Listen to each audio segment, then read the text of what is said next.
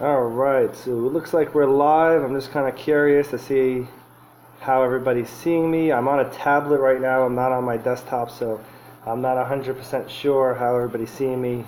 I know nobody's logged in yet. I didn't announce I was going live. I just wanted to see if anybody would join in. So I'm not sure if I'm going to be able to see comments or not, but I'm asking for your guys' opinion. And I've been talking about this with Paul, and we're trying to figure out, well, not really trying to figure out, but I want to know what your opinions are on peacock bass. So I have a 300-gallon stock tank currently that I do not have anything in but some plants. However, I'm contemplating buying some fish that can get very large for that system, and I'm thinking about peacock bass being the way to go. Just want to get your guys' opinion on peacock bass, if anybody knows anything or can maybe recommend any other large fish that might be cool in there, especially ones that can live all year round outdoors.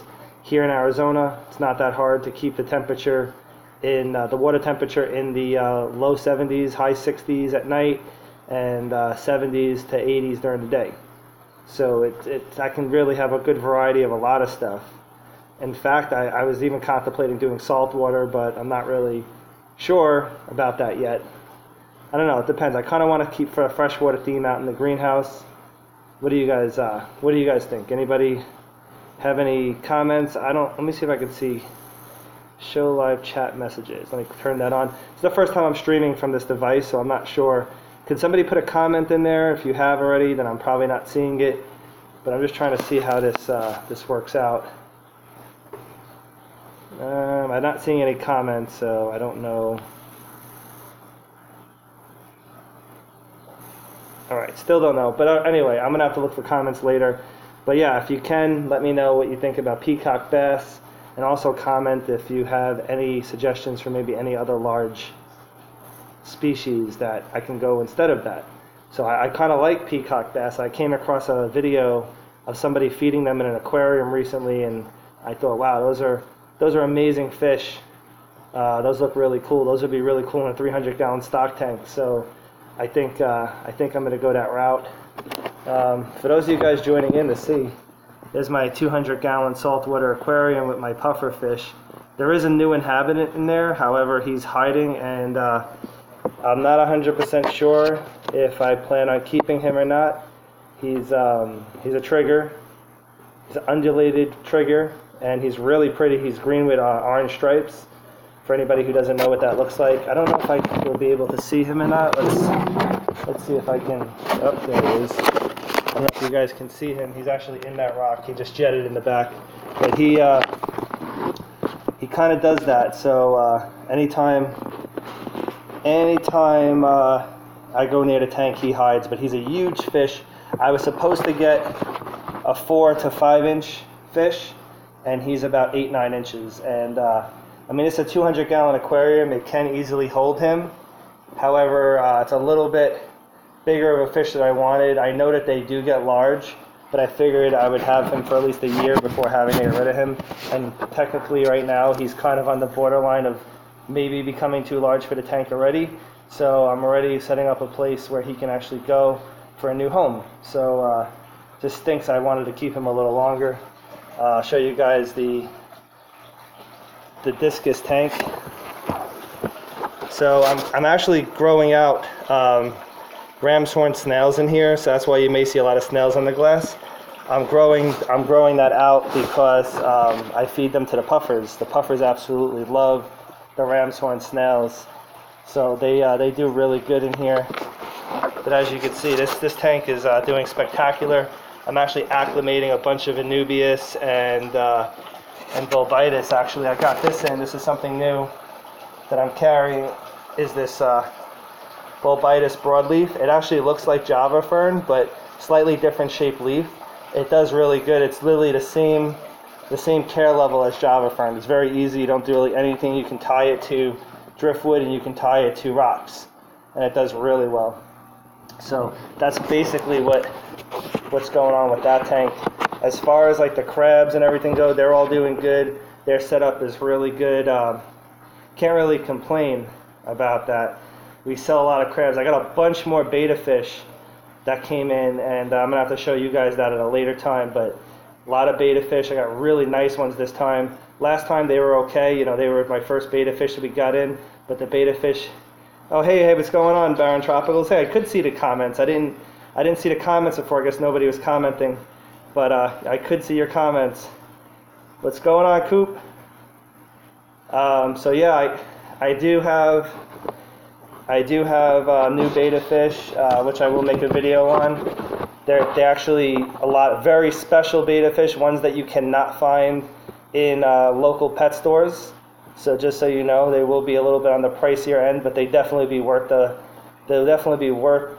purchase, because you're not going to be able to see it. What's going on, Paul? Let's see if we can see. I don't think we can see that new fish in there. He's definitely hiding still, but you guys can definitely see my puffers. My puffers are very friendly, and they love people because they always think they're being fed. They actually could be hand fed. They will eat right out of my hand if I wanted to feed them. So as you can see, if I cup my hand like this, they kind of go towards it because they think I have food in the palm of my hand. But don't let that fool you. Look at those teeth. They can pretty much bite your finger right off. And the triggerfish is still hiding. Anytime I go near that tank, he disappears. But these are my cool little guys right here. Well, they're not so little. They're bigger than my hand. There he is, so you can see him. Oh. I don't know if anybody can see him. He doesn't like to be on camera, not yet at least. But I am actually working on finding him a new home, because he will be outgrowing my tank shortly. I was supposed to get a much smaller fish, as I was saying earlier, and they sent me one that was probably 9 inches or so, maybe 10. He might be that large. He's really big. And he's a little bit big for this tank. This is a 200-gallon aquarium. Granted, a 200-gallon aquarium could handle him, but I'd rather see him in a 400-gallon aquarium, and I don't have room to put one up at this moment. I will be building a plywood aquarium this summer, and I'm gonna actually probably put freshwater fish in it just to do a test to make sure it can hold and it can survive and whatever. And once it passes the test, I probably will fill it up with salt water and do a big giant reef, because again, I'm going to do the 300-gallon stock tank with big monster fish. Oh, good, Paul. The video quality is good. What's going on, Aquanut? But yeah, so the plywood aquarium is probably going to be done by summertime. I'm probably going to buy the pieces for it month by month, because I plan on building one. I think it's going to be about 450 gallons. I'm not exactly sure, but I think anywhere between 400 and 500 gallon tank. And it's not necessarily going to be a long tank. It probably will be long enough, like possibly 5 feet long, but it also will be very deep. So that's something that I'm probably working with, because I don't have a whole lot of room in my house for another 6 or 7 or 8 foot tank, as much as I would love that. But I'm probably gonna be doing like a 5 foot by 4 foot tank, and I'm not sure how tall it's gonna be. Let's see. So 2 new 125 tanks in my cave tomorrow being nice. It's awesome. What's going on? You guys are awesome. Now I got a bunch of people joining in.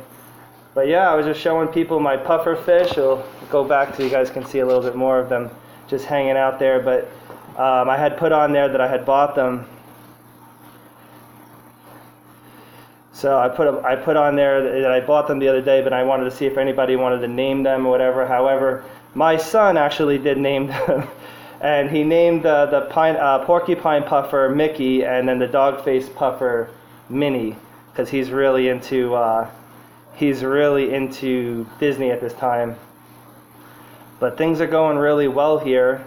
If you joined Susan's live stream the other night, you would have known that Green Oasis Farms is doing some big things, and we've bought some property in Florida.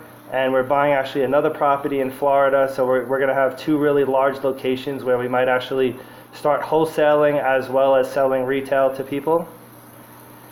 What'd you say, Ray? You're going to need more plants already? No problem. I got them when you're ready. So, but yeah, we have a lot of big things going on. Like more than we ever thought would be possible at only being about 2 years into this. You know, I really just want to thank everybody because I know a lot of my customers do come from YouTube. I do get a lot of people from eBay already still because that's where I originally had started selling, but I get a ton of customers from YouTube and say, oh, you know, I love your videos. People reach out to me on a regular basis. No, I didn't ship your order yet, Ray. I'm shipping it out on Monday morning. I don't want it to get stuck in the mail because of the weather now, being that's a little colder. But it will be coming in an insulated box. So, but what I was actually saying before,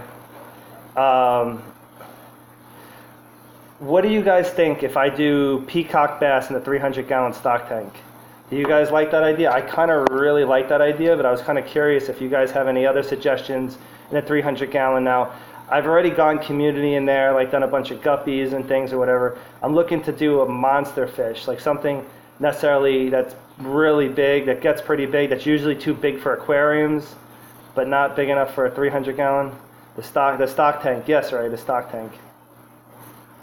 So I'm thinking peacock bass. I kind of like those, but if anybody has any suggestions, please let me know because I would love to know. I like the peacocks, but how many would you put in there? Well, that's okay. So that's a good question. How many do you think I should put in a 300-gallon stock tank? I was thinking like 3 because of how large they get. Maybe 2. What do you guys think? It's 300 gallons. Seems like a lot of water, but it's not when they become full grown. So what do you guys think? That's why I'm trying to get your opinions. Some people have some better expertise at these types of fish than I do. What do you guys think? How many should I do in a 300-gallon stock tank?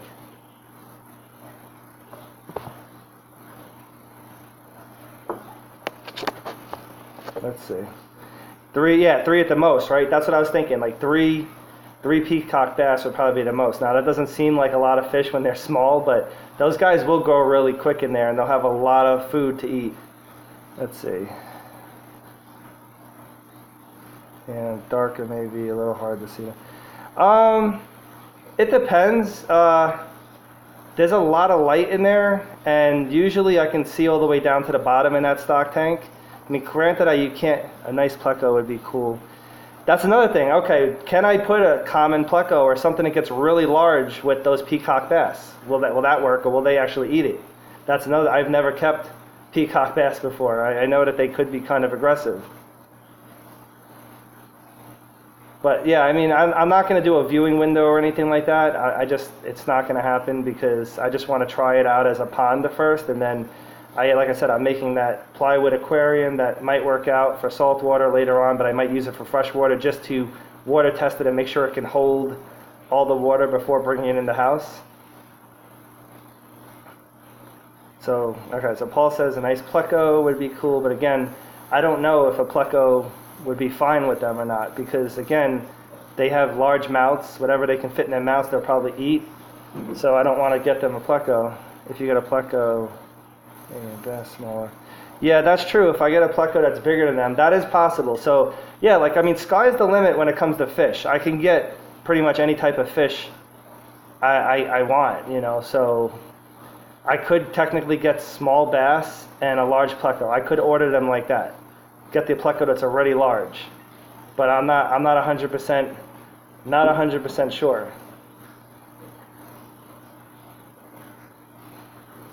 If I didn't do peacock bass, what would you guys like to see? Red-tailed catfish? You know, I thought about that too. You know what kind of scares me about that though? Like, I mean, it would be cool. They're not very active, but I wanted to do a lot of underwater shooting, like with the GoPros and stuff. And I'm like, what if the red-tailed catfish ate the GoPro? Because they get so damn large. Granted, I wouldn't get a large red-tailed cat. I would definitely get one that's smaller and let it grow into the tank. I can totally see that, putting a GoPro underwater with a red-tailed cat, and next thing you know, the fish eats the GoPro. As long as we're live streaming, that's all that counts, right? Just try not to record. We'll live stream with the GoPro, and if it eats it, that just gives that'll maybe get me extra viewers. Entitle it "Red-tailed Cat Eats GoPro Live." go noodling with GoPros. Start medium size with all the fish. Yeah, you know what? That's probably not a bad idea because they'll be established a little better, maybe healthier. You know, sometimes the smaller fish, you never know what you're going to get. They're not as healthy as the bigger fish. Let's see. That triggerfish doesn't want to come out. Every time I look at the tank, I can see his face hanging out the rocks, but he's just kind of just peeking out. But let's say we didn't do. Let's see. It would make for excellent video. Yeah, that would make an excellent video if you got a red-tailed cat to eat a GoPro, right? All right. So red-tailed cat, that's definitely something I can think about. Definitely the peacock bass are on top of my list. What else are cool large fish that we might consider? All right, so arowana, right? So Paul and I actually talked about this, and the thing that I'm afraid of with the arowana is they're really known for being jumpers, and I really don't want to put a net on top of the 300-gallon stock tank. It's already in the greenhouse. I know birds are not going to get to it, but I don't want it to jump out of the 300-gallon stock tank, and they definitely like to jump, for sure. Giant gourami, that's an option. That's definitely an option. Some rays, okay, yep, rays might be. Paul actually said I should do rays. That's true. Okay, so some rays, red-tailed cats, peacock bass. Well, you know what? These are some good ideas. Maybe we can do.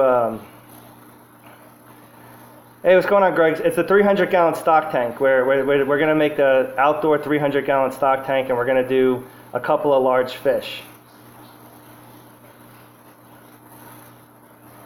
So that's what turtles. You know what, Greg? I have another 300-gallon stock tank that I want to put turtles in as well, for sure. I'm actually contemplating having some turtle grow outs for next summer. I've actually had people ask me if I wanted to start selling turtles. I have a reputable reptile breeder who wants to start doing business with me and posting stuff to my website as well. So I might do some turtles in there. How are your turtles doing, Greg? How are your map turtles doing in your 300-gallon?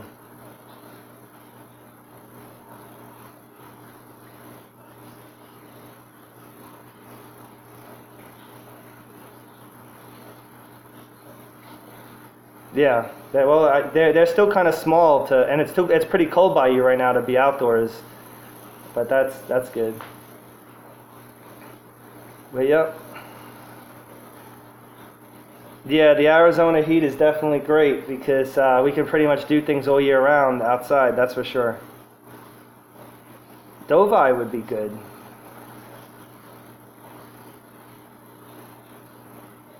Yep. Actually, it's funny. I have my large system outside of the IBC totes, and I'm doing the mystery snails in there. And this is the first year that I'd considered getting aquarium heaters for the mystery snail setup. So they're in a top part of the IBC totes. So I completely shut it off from the rest of the system. I mean, it's not completely shut off. It's got a slow drip, so it does recycle water.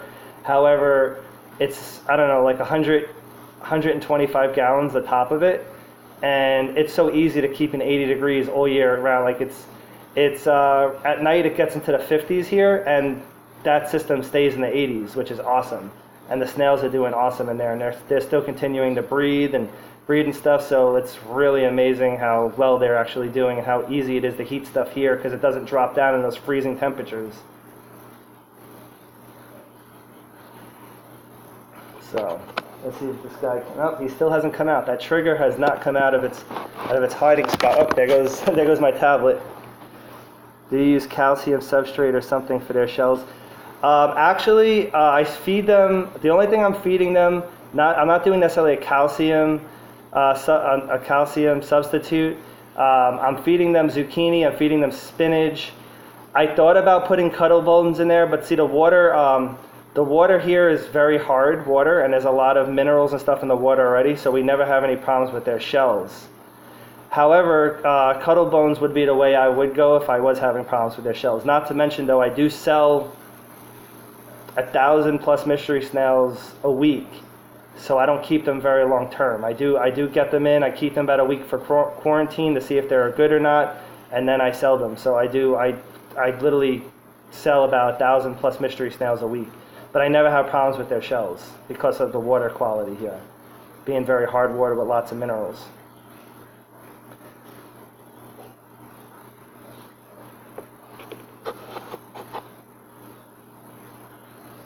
So what kind of videos are you guys looking to see in the future? Because I have lots of stuff actually going on, and I never know what to make videos about. But I mean, clearly I had the car accident a couple weeks ago, and I was in a lot of pain. I couldn't make videos for a while, but now I'm getting up and about, so I'm able to do that. I'm just curious to what you guys want to see, because I'd like to start filling up more content, getting close to that 1,000 subscriber mark. We're getting up there.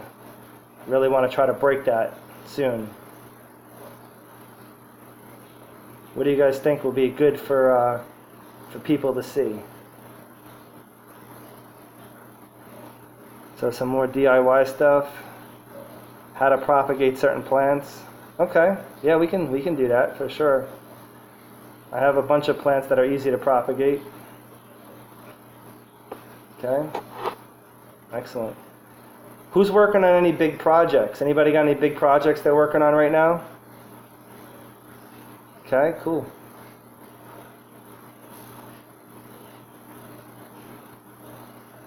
I can do it.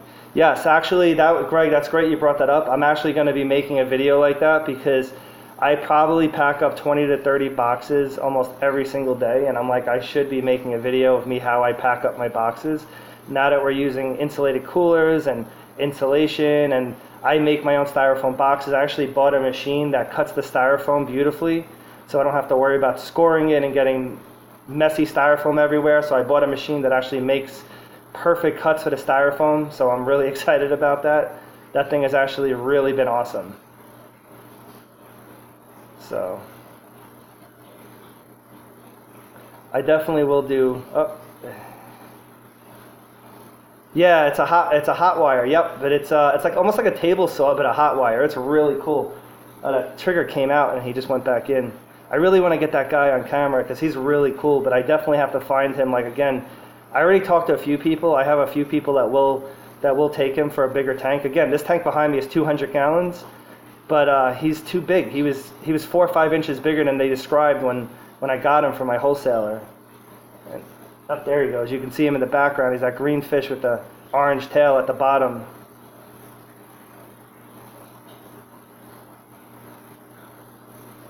Yeah, Coop, your fish room's coming along really nice. I can't wait for you to get those new 125s in there, though.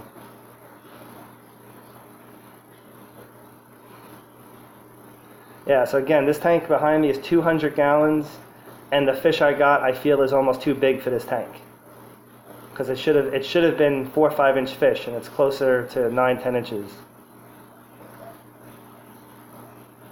Yeah, Greg, I knew you were going to run out of space. You have a lot of stuff down there.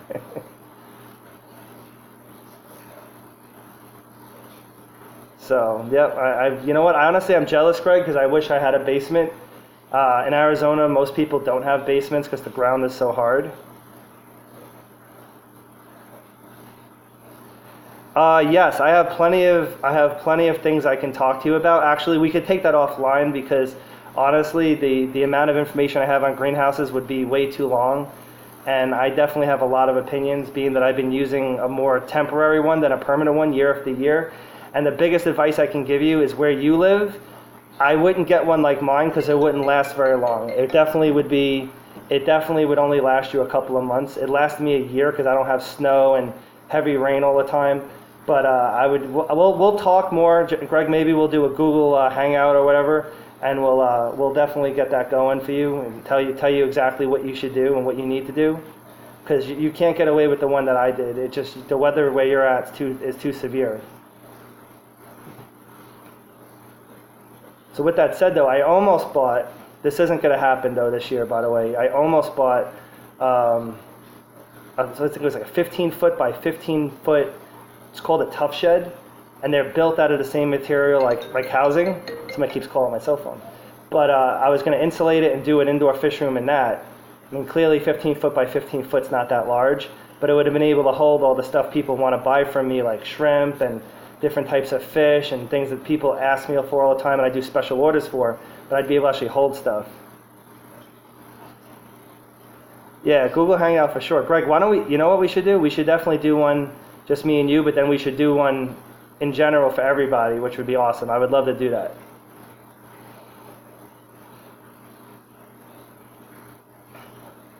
So yeah, everything. I mean, like I said, I almost did that outdoor tough shed.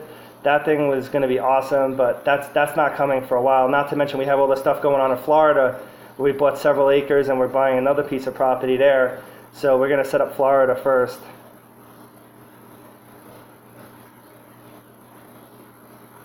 So Florida is definitely going to be good. I'm not moving to Florida. For anybody who joined late, nope, I'm not moving to Florida. We set up a location down there with somebody who already moved down that's going to be partnering up with us. And then also my brother Paul, which actually works with me currently, he lives in New York. He's buying another piece of property in Florida, and we're going to be setting up there. We might actually start wholesaling as well as selling retail. So we have 5 acres on one piece of property, and we're going to have probably 1.5 acres to 2 acres on another piece.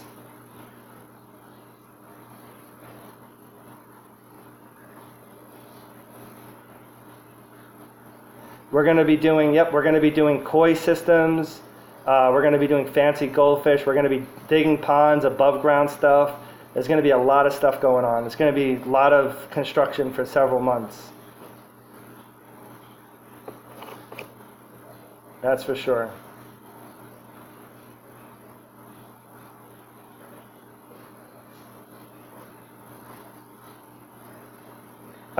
Fishman, if you go to www.greenoasisfarms.com, that's my website. I'm actually probably tonight or tomorrow updating it because I have a whole lot more stock that's not on there right now, and there's things that are showing out of stock that I got back in. So I actually got them in last night, but I haven't had a chance to do it all yet because of doctor's appointments and things. Because like I said, I don't know if you've known, but I was in a severe car accident a couple weeks ago, and I've been out of commission for a while.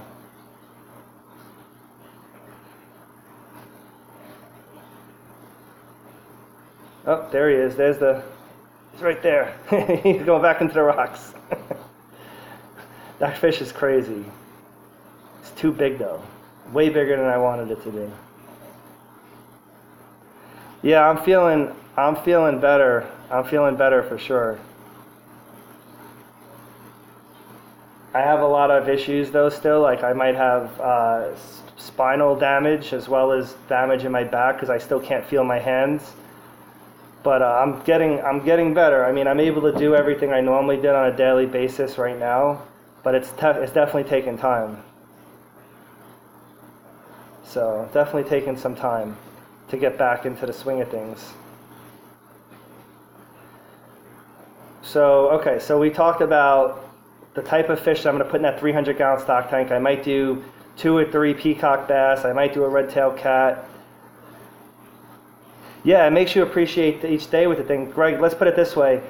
I had a Dodge Charger, which is a big car, and the person hit me and went through my trunk in my back seat. If my kid was in the back seat, my kid would have never survived that accident. Who knows if I had a passenger, if they would have survived. I'm lucky to be alive. I was hit at 80 miles an hour from a dead stop. So it was bad. It was bad news. It was real bad. Again, I mean, I appear to be okay, but I have a lot of internal stuff going on. But it's not stopping me sending out packages and whatever. I'm still doing that, and I still do everything I need to do during the day. So, but who here would like to see, after Greg and I talk, another Greg Jones and Mike from Arizona YouTube live stream? I think that would be something I'd like to see myself.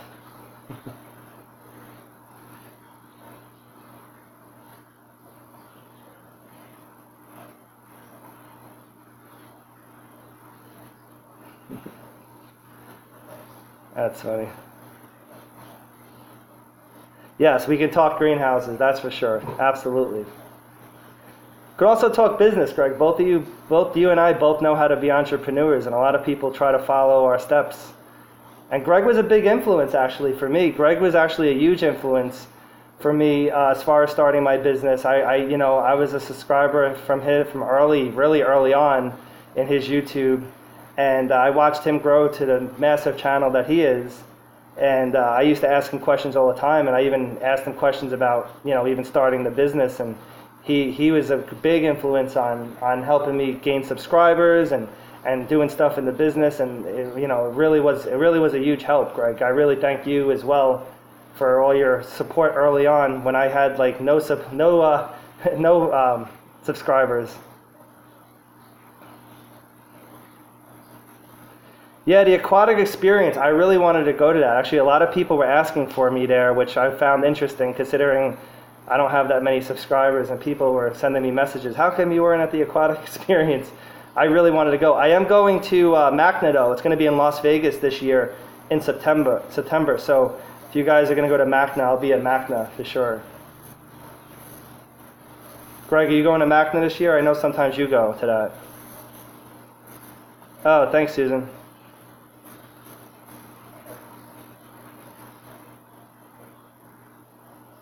Yeah, I can't wait for MACNA. MACNA is going to be cool. I've tried to go to MACNA for like the last 2 years and it never worked out.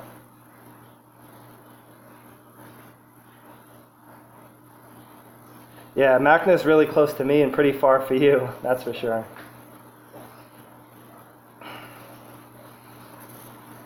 So, yeah, no, MACNA, I've been trying to go to that, the aquatic experience. I think there's one in New Jersey next year. And then Reefapalooza usually comes up soon, so yeah, MACNA has some of the most knowledgeable speakers I always watch the YouTube streams about the speakers, and I'm like, man, these guys really know their stuff for sure. Those guys are all on another level, like marine aquarists. They're like, a lot of them are like marine biologists, even if they've never gone to school for it. Rapids in Florida. You know what? Maybe we'll go to the Florida one. I don't know. It just depends on how that falls.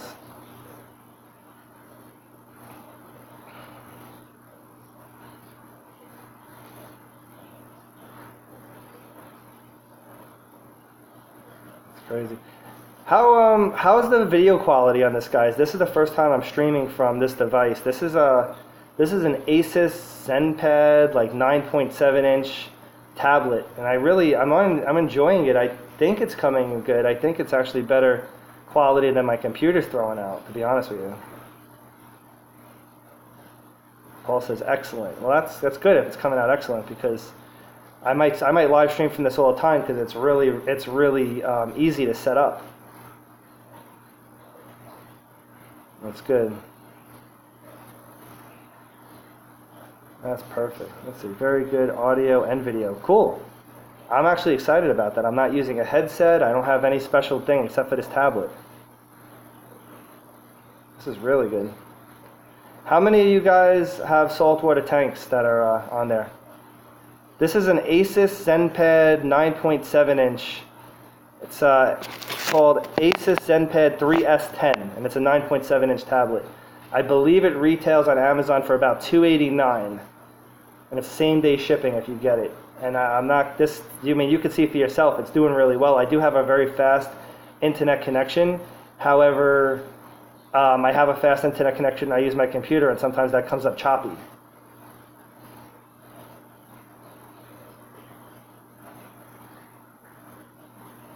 See you, Greg. I'll shoot you an email for sure. So how many of you guys run a saltwater tank? I might have missed your comments if you said it. I don't know if any of you do. I know Greg had one at one time, but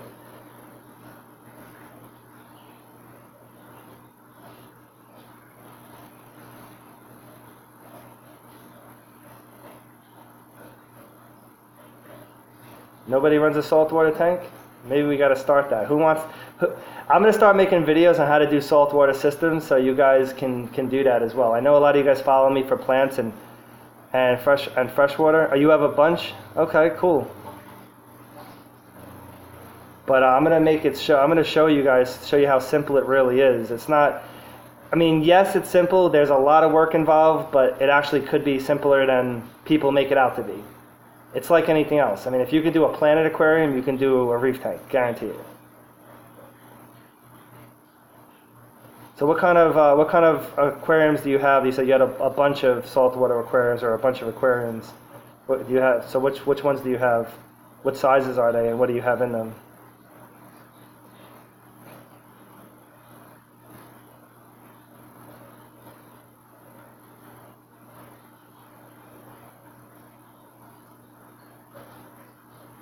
Okay, I'm not seeing any comments, so I'm not sure if it's delayed or not, but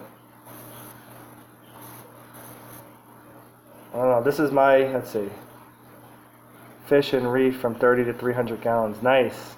What dimensions on your 300 gallons by, just out of curiosity, what are your 300 gallon dimensions?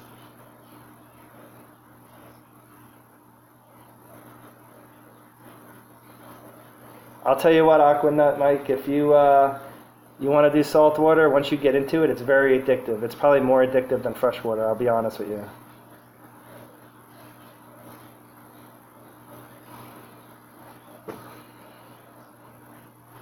There's something about doing salt water, just, I don't know, I can't explain it, but for me personally, like I started with a 55 gallon saltwater tank, and now I have this monstrosity of a tank in the back of me.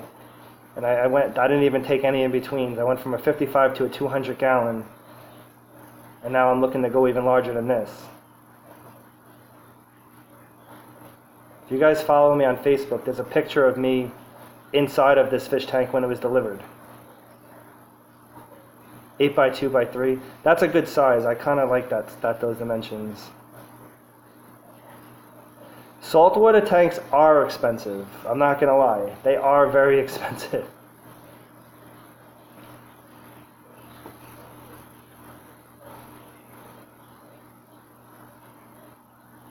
Let's see, I have almost everything I need since I've learned. Well, okay.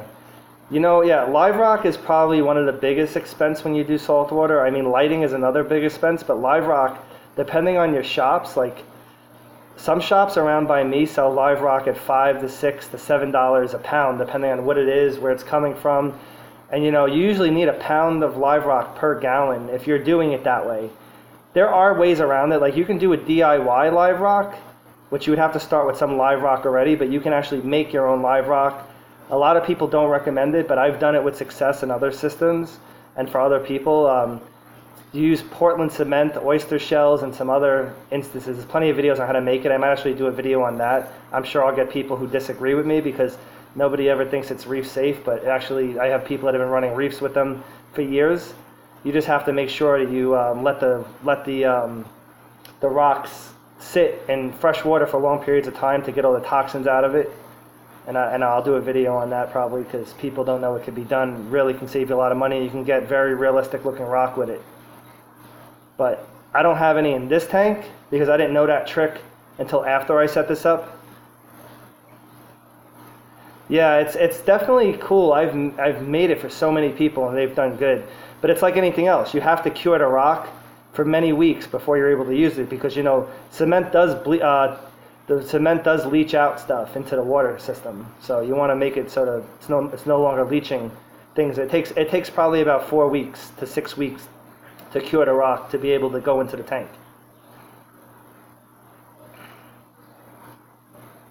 So I've been thinking about jumping into salt water for a while.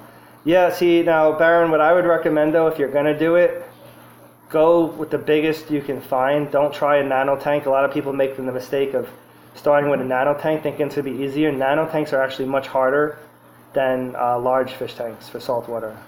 Even real live rock needs to be cured. Yes, even real live rock needs to be cured for sure. That's correct. Unless you buy it cured already from the store, and that's why they're charging premium prices for it, so it can already be put in your tank with no problems. So you're absolutely right. If you buy live rock from like a wholesaler or whatever, chances are it's going to come dry. And if it comes dry, there's dead organisms in it that can foul up the water, and there's different things in there, so you have to cure it before going in the tank. But if you get it from a fish store, you just make sure you buy the one that they've been curing for a while, and it'll be good to go.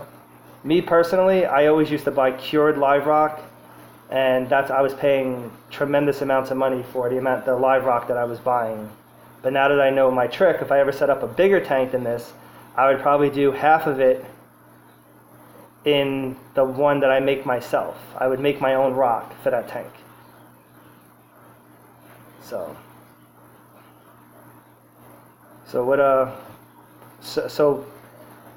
I'm gonna say, actually, let me ask this question. For those of you guys who keep many tanks, what was the first large tank that you bought? What do you consider was your first? Like, my first large tank was a 125. Like, I thought that was a large tank. I'm like, oh, I'm gonna get a 125. That's my dream tank. And then the trigger's back there. He's right there. See him? Right there.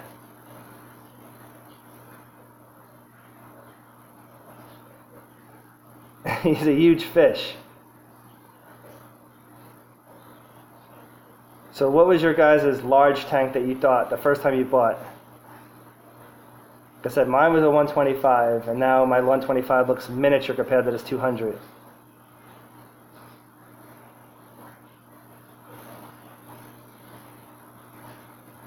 Anybody have anything? Well, I know we have somebody who has a 300-gallon tank. Does anybody have anything larger than a 125? The biggest I had was a 55. A 55 is a good sized tank, especially if you don't have a whole lot of room, or if you have many tanks, or you're just getting started into it. That's how it starts. Usually everybody buys like a 40 or a 55-gallon tank, especially when Petco throws their $1 per gallon sale. You get one of those, you set it up, and then you're like, oh man, I wish I had more room, or I wish I can keep bigger fish. But I know people have had 55s, and that's all they keep, and that's perfectly fine too. Takes a special type of person. I have 1,000-gallon at a client. Well, nice. 1,000-gallon what? Fresh water or salt water?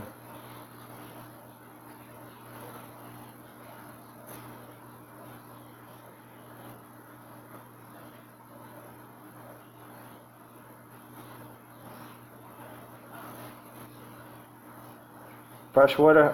That's massive, even for fresh water. The largest tank I had was a 225. And then it was stationed. Ah, okay, gotcha. That 1,000-gallon with Africans though, that's sick. Do you have pictures of that tank?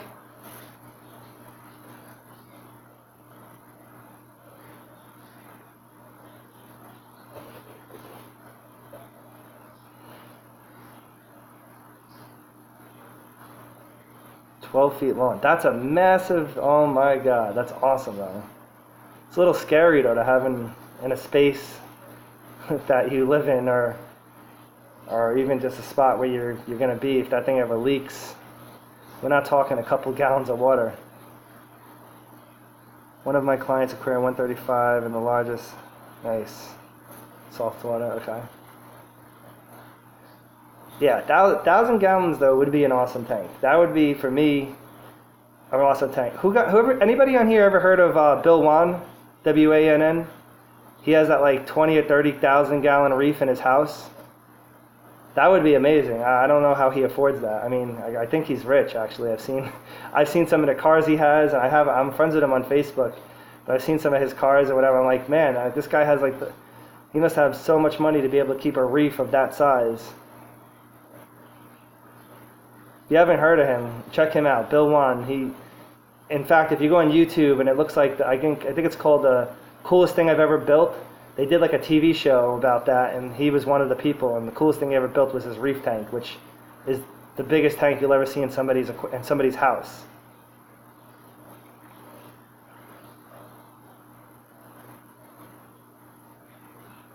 So, all right, but I think I'm going to cut it short here, guys. You guys have a great day. I'll talk to you soon. It was really glad catching up with everybody. Great catching up with everybody. I'm going to try to put out a couple of videos this weekend if I can. If not, they'll definitely be up early during the week. I'll talk to you guys soon.